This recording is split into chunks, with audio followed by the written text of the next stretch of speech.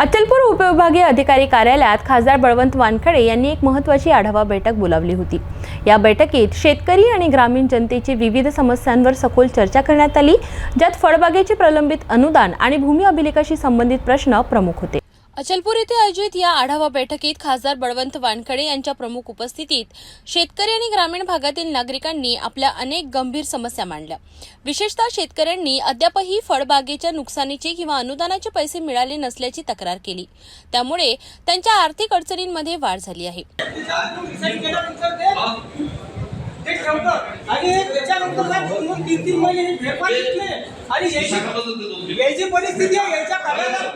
याच्या कार्यालयात जर आपण गेलो साहेब तर हे पहिली तिथं एक त्याची चपराशी बसलेली असते, तिथं नाव लिहायला लावते। मी एक दिवस गेलो, यांनी मला आतमधून बाहेर पाठवलं, तिथं नाव लिहा म्हणे, चिठ्ठी आला। त्याच्यानंतर मी नाव लिहिलं, चिठ्ठी पाठवली, यांच्या कार्यालयात गेलो।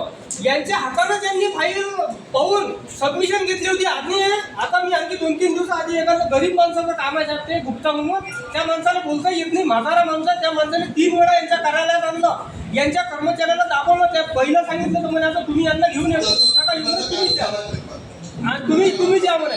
आणि साहेब हे आता यांनी सांगितलं 25 दिवसात पेपर व्हायला पाहिजे। त्या प्रकरणाला 2 महिने झाले साहेब, आणि हे वरिष्ठांचं मार्गदर्शन पाठवासाठी आता यांनी अजून फाईल पाठवली का नाही पाठवली हे मला माहिती नाही। असे दिरंगाईचे कामं हे करतात साहेब, आमच्या काढतात म्हणजे आमचे कामं करत नाही। भूमी अभिलेखाशी संबंधित अनेक प्रश्नही या बैठकीत चर्चिले गेले, ज्यावर तातडीने लक्ष देण्याची मागणी करण्यात आली। जुन्या खरेद्या 1950-52 मधल्या, त्याच्यानंतर खरेदी मॅन्युअली होत गेली ते, परंतु त्याचं कुठल्याही प्रकारचं बिआर कार्ड भूमी अभिलेख मध्ये केला गेला नाही। आता जेव्हा आम्ही कागदपत्र सादर केले त्यांच्याकडे तर ते म्हणतात तो जुन्या खरेद्या तुम्ही त्याच्यातले मिस झालेल्या त्या शोधून आणा। आता ते लोक मेले, त्याच्या घरातले वर्ग म्हणते आम्ही तुम्हाला विकलेलं आहे, ते आता तुम्ही तुमच्या परीने करा काय करायचं। Plot number C, plot number 4 मध्ये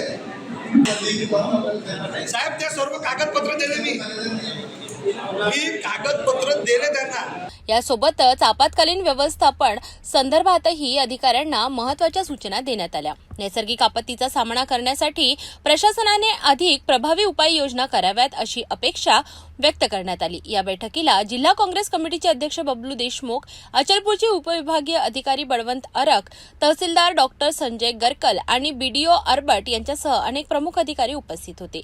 जनसामान्यांचे प्रश्न सोडविण्यासाठी प्रशासनाने त्वरित पावले उचलावीत असे आवाहन यावेळी करण्यात आले। अचलपूर तालुक्यामध्ये आढावा बैठक होती आणि या आढावा बैठकीमध्ये खासदार बळवंत वानखडे यांनी महत्त्वाचे प्रश्न इथे सोडवले। विशेष म्हणजे या बैठकीमध्ये जिल्हा काँग्रेस कमिटीचे अध्यक्ष बबलू देशमुख सुद्धा उपस्थित होते। एकूणच या बैठकीमध्ये कोणते कोणते प्रश्न होते जे मार्गी लागले? आज संबंधित सर्व विभागांची बैठक इथे संपन्न झाली आणि ज्या ज्या विभागाशी संबंधित प्रश्न असतील त्या प्रश्नाचे निराकरण करण्याचा प्रयत्न केला।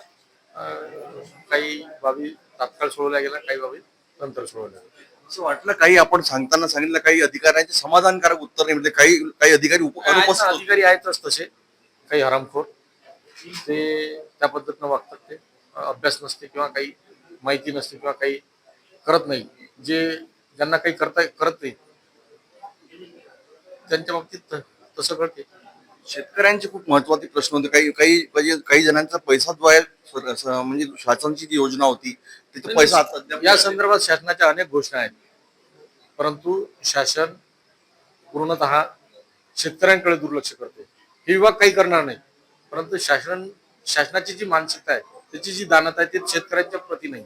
म्हणून शेतकऱ्यांचे प्रश्न अनेक योजना आहेत, पण त्या योजनेचा आता तुम्ही जर मीटिंग मध्ये पाहिलं असेल तर अनेक योजनांच्या संदर्भात वापर केला गेला। 22-23 चे पैसे अजूनही लोकांच्या ते फळबागेचे भेटले नाही किंवा इतर काही पैसे भेटले नाही। जिल्ह्याच्या दृष्टिकोनातून कार्यालय सुद्धा आले, परंतु जिल्हा होते या काय होती? जिल्हा गेल्या 20 वर्षापासून ऐकून राहिलो आपण जिल्हा होणार, पण जिल्हा अजूनपर्यंत झाला नाही, होणार। कदाचित मी निवडून आलो असतो तर जिल्हा लगेच झाला असता।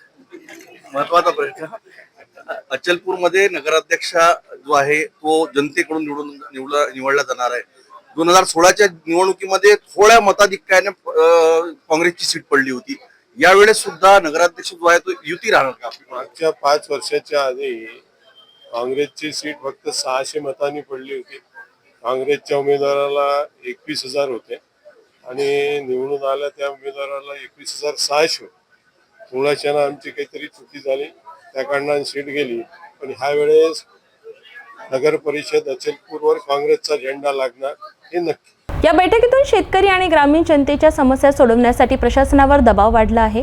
खासदार बळवंत वानखडे यांनी अधिकाऱ्यांना या प्रश्नांवर तातडीने कार्यवाही करण्याचे निर्देश दिले आहेत. यावर काय कार्यवाही होते हे पाहणे महत्त्वाचे ठरेल. अधिक अपडेटसाठी पाहत रहा सिटी न्यूज.